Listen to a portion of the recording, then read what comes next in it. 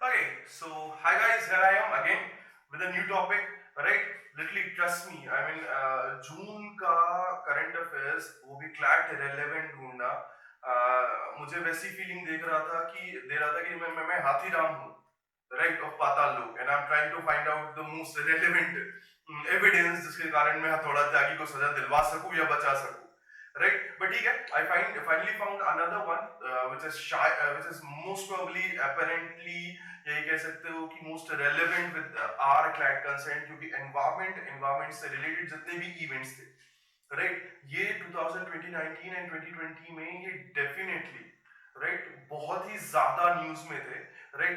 Remember climate action summit, Greta Thunberg, है ना, बहुत सारी चीजें डिफरेंट उसमें। तो मैं अगेन लेके आया क्या अपने पास Assam gas leak, right? Now before starting Assam gas leak एक बार हम वापस डिस्कस करते हैं, राइट? एक बार मैं तुम्हें रिमाइंड करा दूं, डिस्कशन करने का टाइम नहीं है अभी, right? Remember we discuss Mauritius, right? वहां पे जो ऑयल स्पिल हुआ था, वी डिस्कस व्हाट साइबेरिया, वहां पे जो काम हुआ था। Now we are again into the same kind of problem which is related to environment, the biodiversity, eco-social changes, eco-social impact, and financial impact during the economic slowdown in our country, right?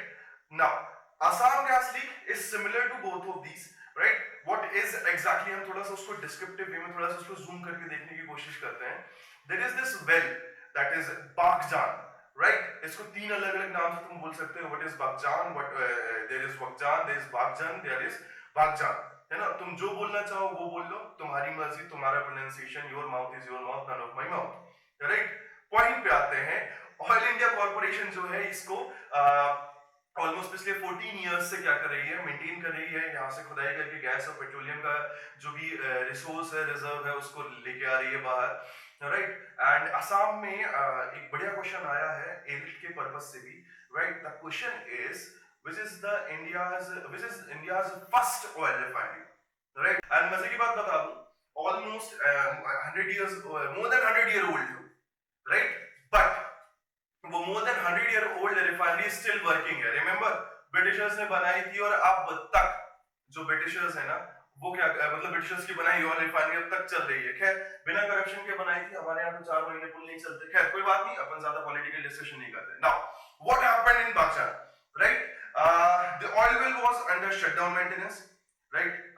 हर एक plant का, हर एक operative plant जो होता है, that is a power plant और any other kind of processing plant, right? उस plant का एक स्पेसिफिक टाइम के बाद मेंटेनेंस करना पड़ता है।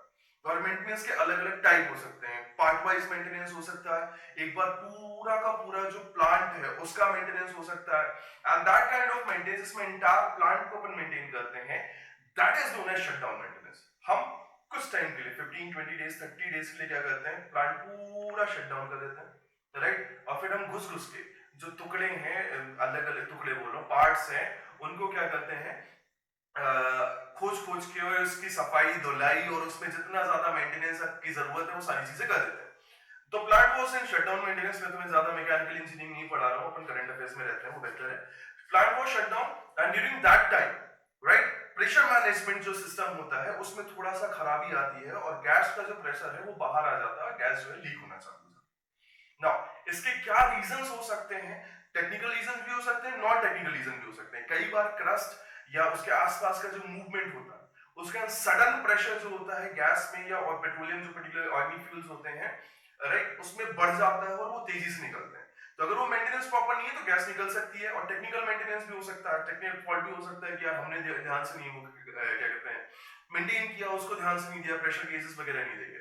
Now what happened actually, this is casual, जैसा अपन ने मॉरिशस पढ़ा, जैसा अपन ने साइबेरिया पढ़ा, that is similar to similar kind of leak, right? That is going to have similar kind of impact. Now why and how, इस पे आ जाते हैं।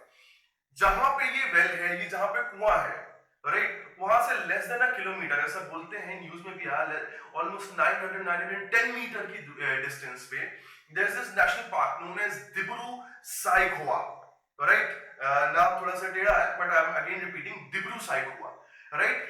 This national park is one hotspot, one of the hotspot of world in India. Now what is hotspot? Hotspot is that geographical region which is having high biodiversity of flora and fauna, right? So is it environmental concern? अगर उसकी biodiversity में दिक्कत होती है, yes. क्या वहां की biodiversity में प्रॉब्लम होने से वहां का जो लोकल इको सोशल कल्चर है वो डैमेज हो सकता है? यस। क्या वहां इकोनॉमी, कम ऑन, मैं नेशनल पार्क घूमने जाऊंगा, लेकिन अगर वो नेशनल पार्क में दम नहीं रहेगा तो मैं वो नेशनल पार्क क्यों जाऊंगा? तो क्या इकोनॉमिक वे में भी इम्पैक्ट करेगा? करेगा। साथ ही साथ उसके पैरेलल, राइट, जो क्या कहना चाहिए, मागुर मोतापुंग है, राइट, ये पर्टिकुलर प्लेस है जो वेटलैंड में, one of the wetlands considered under Ramsar site. Remember Ramsar convention अपन ने पढ़ा था पिछले वीडियोस में, राइट? तो उसके अंदर वो वेटलैंड लिस्टेड है और वो भी वहां के पास में ही है।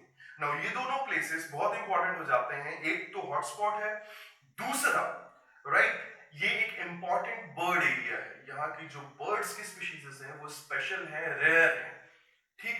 थर्ड, ये पूरा रीजन अगर मैं बात करूं देब्रू साइकोवा की एंड मागुर मोतापुंग की, तो ये दोनों मिला के नॉर्थ ईस्टर्न रीजन का सबसे बड़ा फॉरेस्ट स्वैम्प जो है वो भी क्रिएट करके देते हैं, ठीक। तो if there is something that is happening in case of, in terms of gas leaks or any other activity through which biodiversity or ecology is being disturbed, that means this entire area is going to be affected, right? Now अब अपन जरा fact file में आ जाते हैं। Number one, क्या ये बहुत अच्छा question है कि इंडियन ऑयल कॉर्पोरेशन चला रहा है इसे? क्या आपसे पूछा जा सकता था कि इसमें कौन सा पर्टिकुलर पीएसयू जो इन्वॉल्व था, ठीक, नंबर वन। नंबर टू, जो अपना एक पीएसयू की लिस्ट निकली थी लास्ट ईयर, जिसमें ये बताया गया था कि मोस्ट प्रॉफिटेबल पीएसयू कौन सा है ना? तो क्या वो ओआईसी था या कुछ और था, राइट? ये बहुत बढ़िया हो सकता है। तीसरा, जब अपन बात करेंगे उस एरिया पे, तो क्या हम डेफिनेटली, एक बढ़िया क्वेश्चन तुम्हें छोड़ देता हूं कि तुम बताओ टोटल वर्ल्ड में हॉटस्पॉट्स कितने हैं, राइट? या इंडिया में टोटल नंबर ऑफ हॉटस्पॉट्स कितने हैं? क्योंकि आप डेफिनेटली उसको डिस्क्राइब करोगे यार कि ये इतना इंपॉर्टेंट इसलिए because it is one of the hotspot, right? And क्या हमें मागुर मोतापांग में वेटलैंड का केस आया, क्या हमें रामसार कन्वेंशन याद होना चाहिए? क्या उससे क्वेश्चंस बन सकते हैं, right? Apart from that some current affairs question, ऐसे ये भी करंट अफेयर्स और स्टैटिक दोनों मिक्स करके हैं, बट क्या करंट अफेयर्स में आपसे ऑल इंडिया कॉर्पोरेशन का चेयरपर्सन नहीं पूछा जा सकता? बिल्कुल पूछा जा सकता है, right? So just make sure कि ये सारी चीजें फैक्ट फाइल में हो। And if I will make, right, passage based on the oil spills of 2019-2020, right, या ऑर्गेनिक फ्यूल का जो पर्टिकुलर लीक है किसी भी तरीके से लिक्विड और गैस के फॉर्म में, जिसमें मैं मॉरिशस भी इंक्लूड कर दूं, मैं साइबेरिया भी इंक्लूड कर दूं और असम गैस लीक भी क्या कर दूं, इंक्लूड कर दूं, तो क्या आप उन सारी चीजों के फैक्ट फाइल ऐसे तैयार कर सकते हैं उससे आप 5 to 7 क्वेश्चंस आंसर कर सकते हैं? This is main note, right? So this is it for gas leak, oil spill and जो भी दोनों मॉरिशस एंड साइबेरिया वाला था, right? Next 2-3 topics are going to be those topic जो पब्लिक डिमांड का है ना? जनता ने बोला इस पे बना के दे दो, हम उस पे बना के आपको एक वीडियो देंगे जिससे आपको एक आसानी से समझने लायक। Till then have a great day ahead, right? मजे करें, पढ़ाई में व्यस्त रहें, जिंदगी में मस्त रहें और घर से बाहर ना निकलें, राइट? Good, genius.